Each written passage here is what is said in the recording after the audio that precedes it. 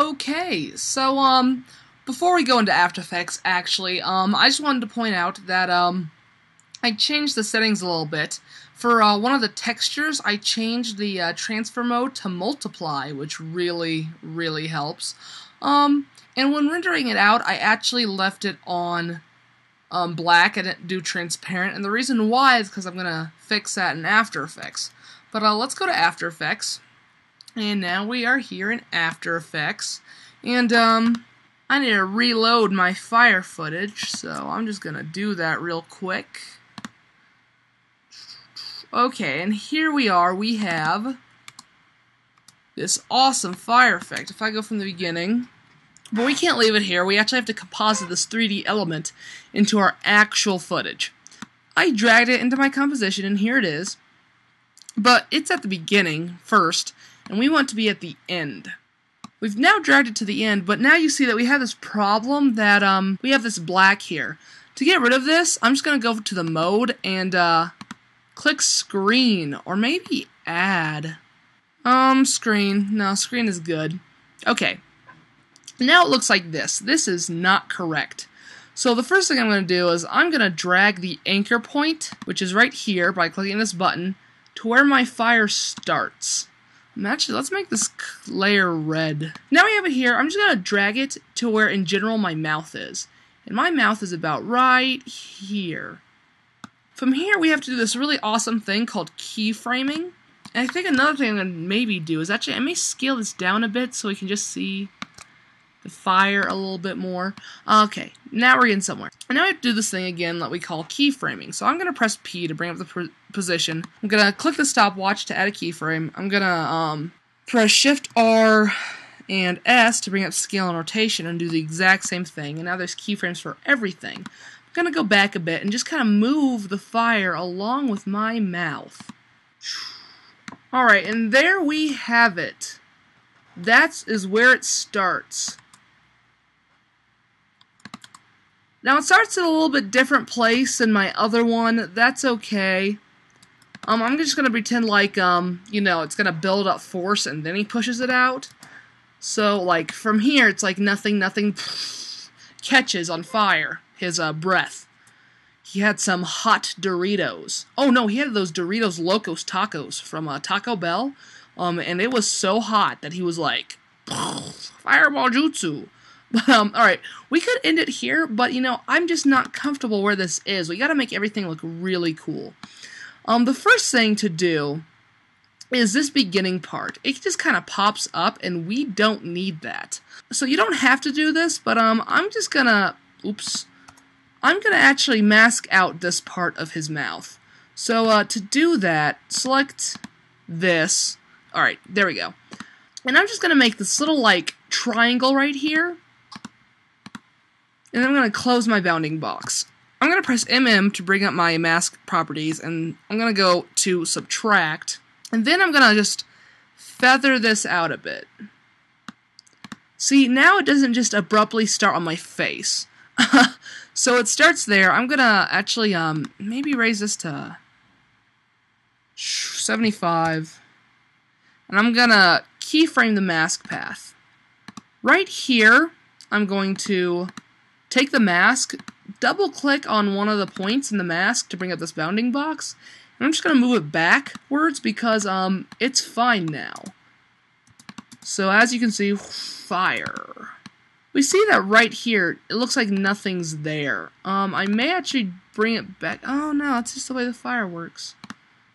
Okay. Press U to bring up all the keyframes, and I'm just going to move this a bit closer to my mouth right there. So it's like fire. And then over here, I'm going to bring it closer again.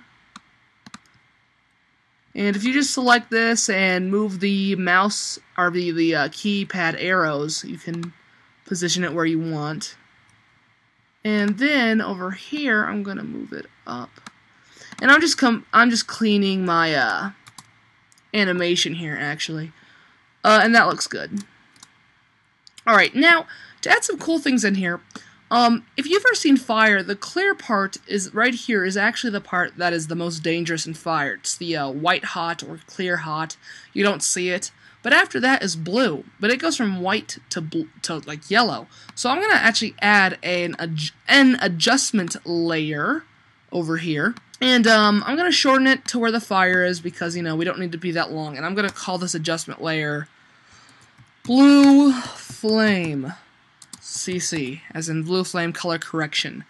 And I'm just going to get my pen tool here with my blur flame, or I called it a blur flame, whoops. I'm going to call that the blue flame.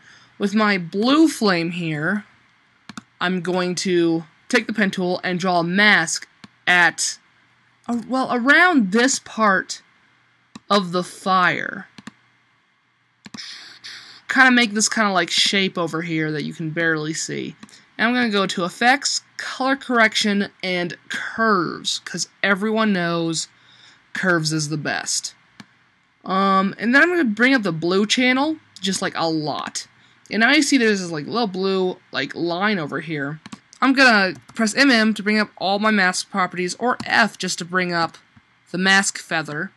And I'm going to feather the blue out a bit. I don't want it to be too much. I still want to show up. Actually, I may blur it to 75% again and press MM to bring up all the options. And then it's just expand the mask. Not too much, but enough for the blue to show up. And there it is.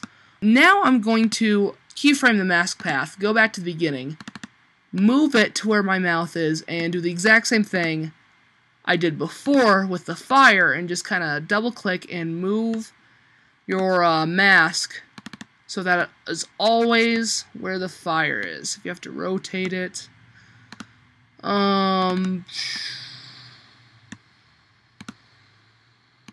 fire. You know, fire is dangerous. Do not ever play with fire, like, you know, because, you know, I was 5, and I was playing with these matches, and I just lit this guy's house on fire, and, you know, he died in it, and, you know, I didn't tell a soul until today.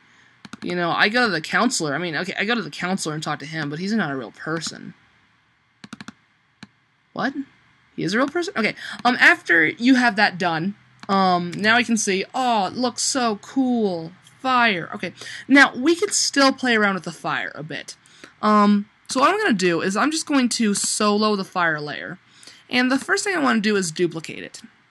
And I'll tell you the reason why. Let's unsolo that layer I just duplicated. Go back to our fire layer. And I'm going to go to Blur. I think I'm going to use CC Vector Blur.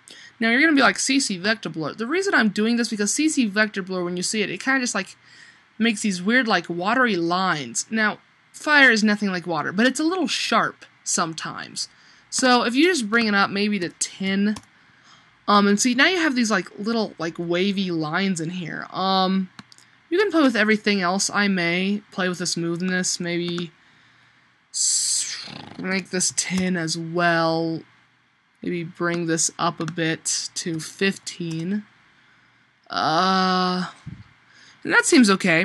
Now unsolo the other layer. And I think I'm going to make this add. No, I am not.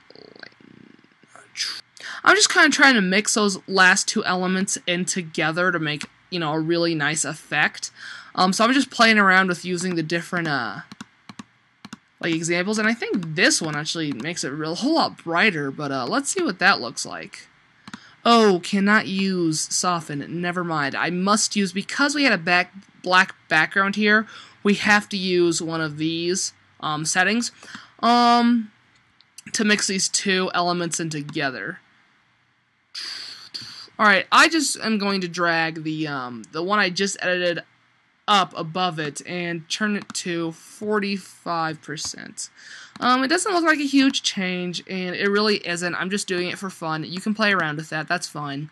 I just pick whipped this layer to the other fire, so if I move this bottom fire, they both move around, so it's not different. Also, because I pick whipped it, come up to all these keyframes in the second one, and just turn them all off, because now this will automatically follow the animation path of this one anyway. If you left those on, some really weird things would happen. So now look, we have this amazing fire! Okay, so we still have to do a lot more, because this still looks good. This looks, I mean, pretty good, but we can get better. The first thing to do is, if you ever seen fire and, you know, it kind of like displaces the air, kind of like on a really hot day, you'll look at the concrete and you'll see a ripple. That's what we want to do. So we're going to make another adjustment layer, and we're going to shorten this one again, and we're going to call this one Hot Day Ripple. You can call it something better, because that's kind of a goofy name. But go up to Distort, and then go down to, I think it's Turbulent Displace. Yes, it is. And now look at that. We have this awesome Turbulent Displace. Now, it's everywhere. We don't want it to be everywhere. We want it to be around our fire. So we're just going to grab this circle and thing, and we're going to drag a bounding box, kind of like that. Then double-click it to reposition it where we want it. And I'm just going to grab the handles of this mask and kind of change the circle's property. I want to kind of make it big at the end, but small at my mouth. So something a little bit like that. And I'm going to put it a little bit past that blue flame. Then I'm going to press MM, and I'm going to feather the edges. Okay, so now it kind of blends in. So if we were to play right now, it's kind of awkward. It's just kind of there. It's not really looking like the effect we want. So what we're going to do is first we have to make these size, bring the size way down. Way down. To maybe 15. And then the amount, we're going to bring the amount, not into the negatives, but let's make it 25 right now. Then let's be the complexity. It should be a whole lot more complex. Just play around with these settings to where you think it looks nice. Bring the complexity maybe to 1.5. Bring the size to 40. No, 30. 25? And we want the amount to be big, but not too big. Okay, actually, it's like the size 10. Okay, that looks better. Alright, so if we play through it now we have that stuff going on, but we don't see anything moving. Now it has to ripple. Now if you come down here to the evolution panel, we can turn it, and we can see that it's kind of like, looks like that kind of fiery thing. But when we turn it and start playing, it's just in the same position where we turned it. So what we want to do is we want to put everything back at 0. And we want to use an expression. It's not a very hard expression. I learned this from Andrew Kramer, and as Andrew Kramer says, expressions are good. You know, when you don't know how to use expressions, you are lame. But when you do, you learn that Red Bull gives you wings. So what we want to type in here is time star 3000. And that will say, over time, we want it to multiply or rotate or go forward by this, you know, multiplied by this amount. And it's so high because it needs to be to make it look like anything is actually happening. See, now we see some displacement. And that's okay. Now that I see the displacement, I may actually turn down the complexity and the amount to maybe 20. Because we want it to be subtle, but we want to know, like people there, we want to get the idea that this fire is really quite hot. And I like that, but I think it's actually moving way too slow. I'm going to bump this up to 8,000. Okay, this is when you bump it up to 8,000, it's too fast. 6,000, and we'll be able to see it. There it is. There it is. Oh, and then it stops. I think 6,000 may be, again, too much. Okay, see, now it plays the entire thing. And that is good.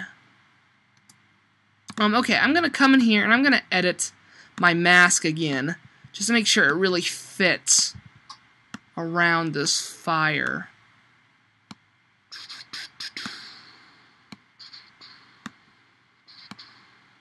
Okay, now it's really forming. Now the problem is, it starts rippling right here, and we do not want it to start there. That's kind of awkward.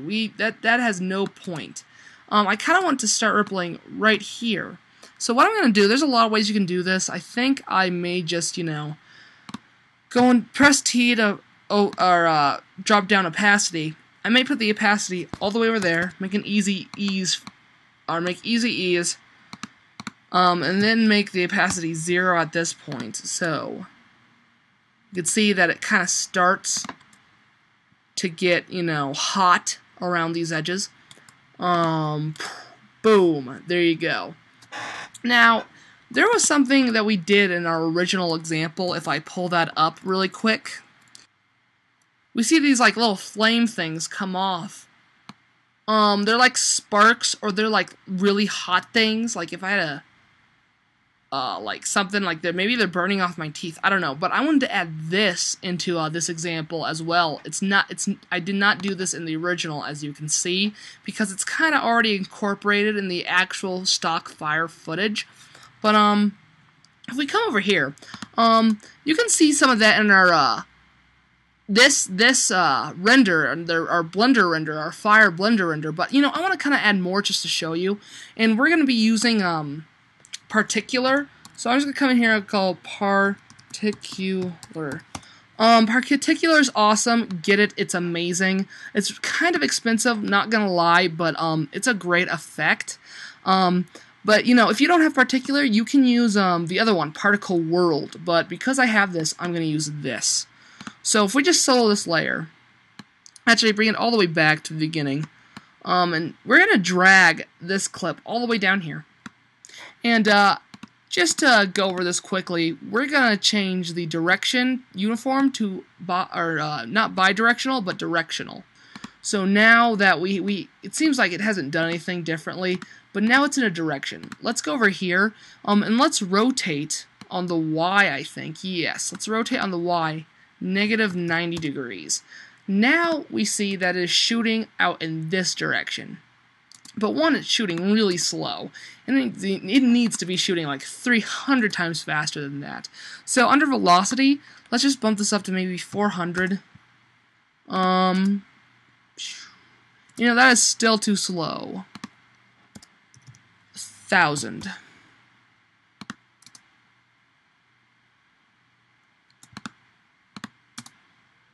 That's okay. I feel like it's still a little slow.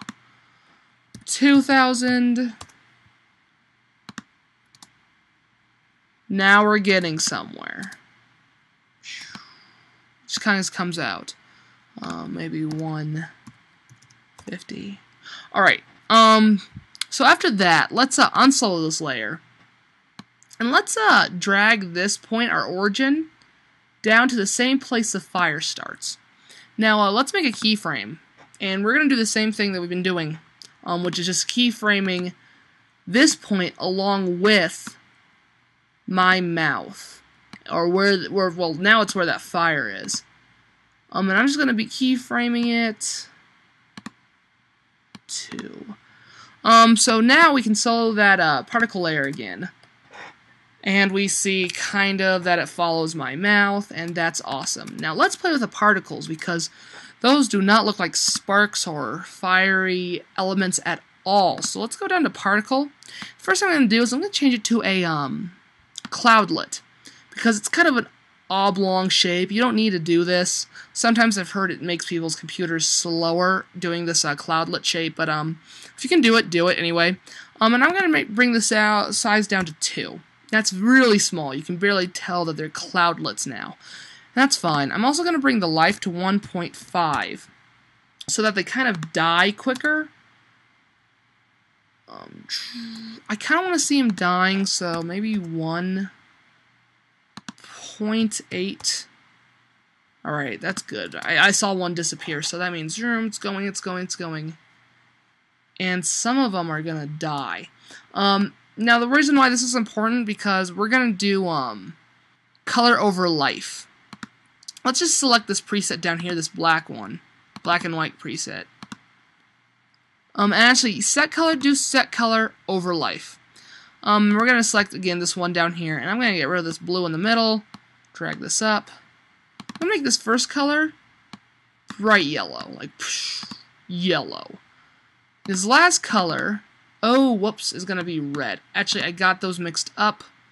Switch the values. Going to start yellow.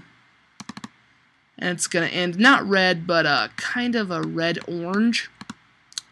Almost like, they're dying. And even, like, make them darker, because they're going to, they're like, poof, pop out of existence. And I may even, like, drag this closer to the middle. Alright, that's okay. See, now it goes really bright to, kind of bright. And that's awesome. I'm also going to do size random. I'm going to bring the size random up a bit, just because, I'm going to bring it up to 65%. Just because I don't want every piece to be the same. And I may bring this to 1.8. Or 1. No. 1.6. Okay, I like that. That looks good.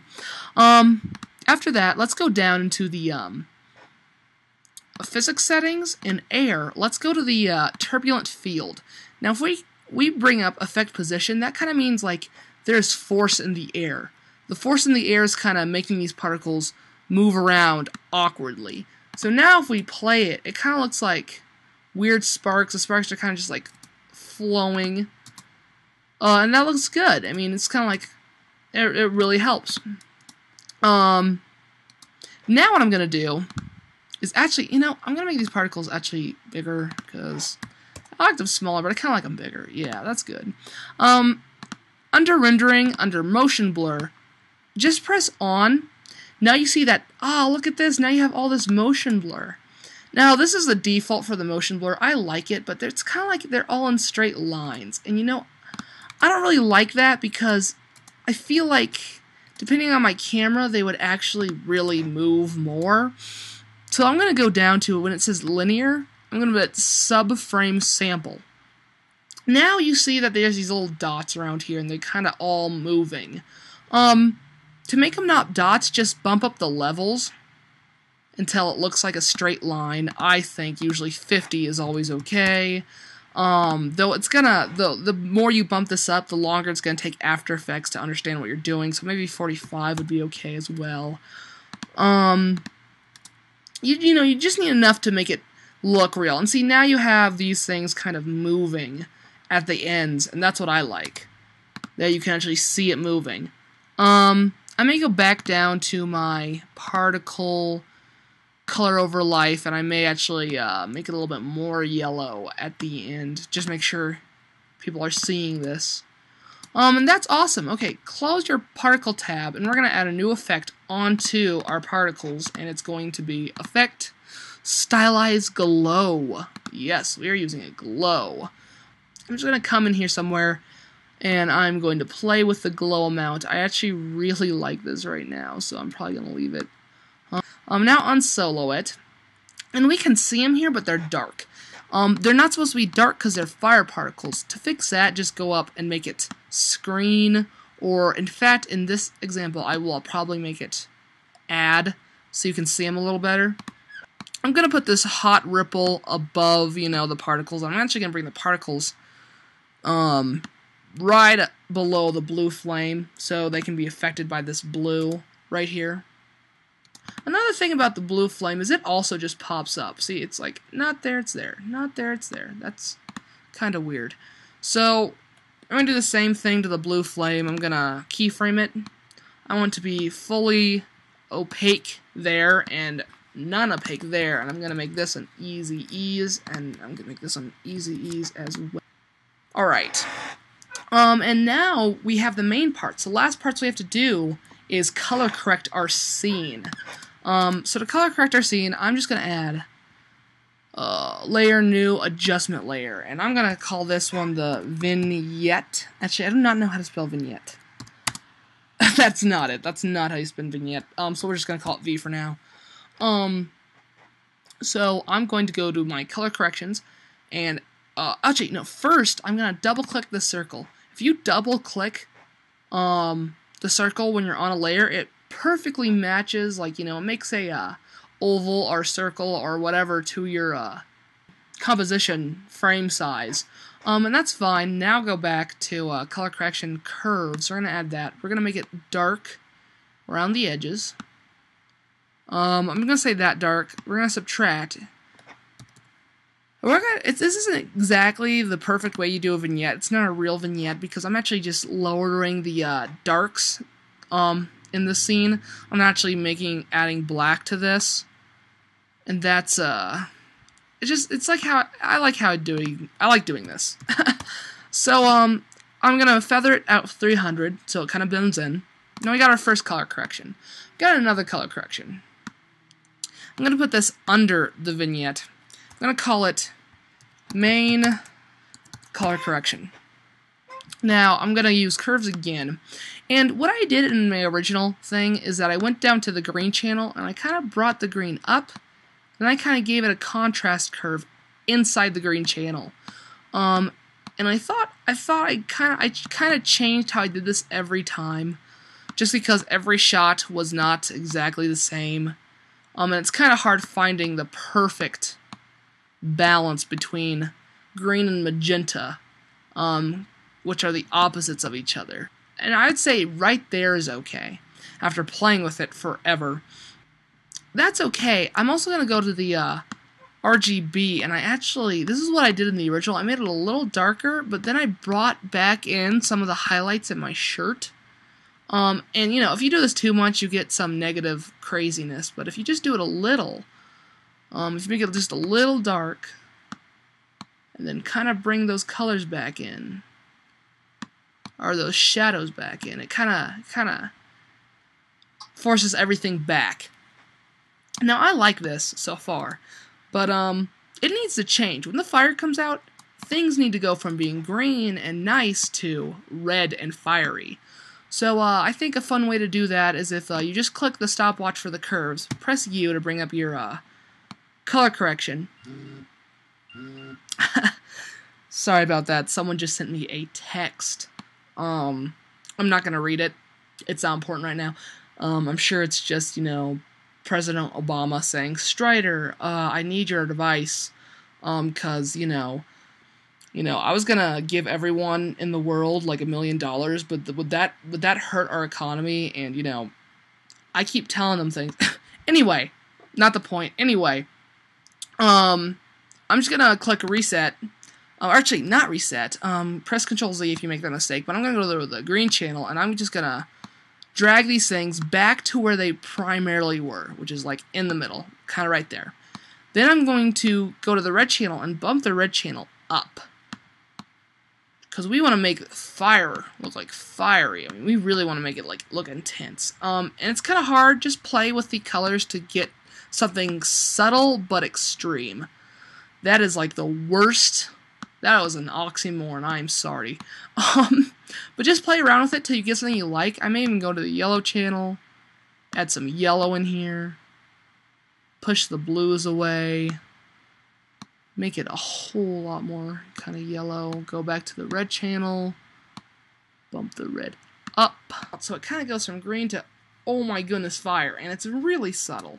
I mean, you can see it change, but it's a small detail. Now the last thing I did in my last example was I added yet another adjustment layer. And I added just one more adjustment layer, and this was like a primary glow for my fire. So I went to Effects, Color Correction, or no, Stylize, Glow, And the first thing I did was I went to original colors. I went to AB colors, and I made the first color yellow, and I made the second color an orange-ish color. Make this a little bit whiter. No. Make this a little darker. It's a red. Well, something around there. Then I kind of, like, I put this really high up. This is with almost nothing, and I kind of just did this. Then I kind of, like, blew out the radius. Maybe, 80, 90% actually, I think would be just fine. Then I actually brought down the glow intensity to maybe 0.2, and I maybe added this, maybe 20%? 45%. There it is. Alright, so now we can see if we turn this adjustment layer on and off, it just gives that little more intensity to the flame. I'm going to press MM to bring up my, bring up MM to bring up my, I'm going to call this Fire Glow. And I'm just going to feather out the edges. I know you really don't see it anyway, but it's always good to feather the edges to make sure you don't have a problem later. Just to make sure everything kind of blends well together. And I think that's about it. If I were to RAM preview this, fire style. Okay, there you go. Actually, I'm going to turn off the sound so I don't have to be embarrassed. But that's what you guys are creating. So I hope you guys like this tutorial.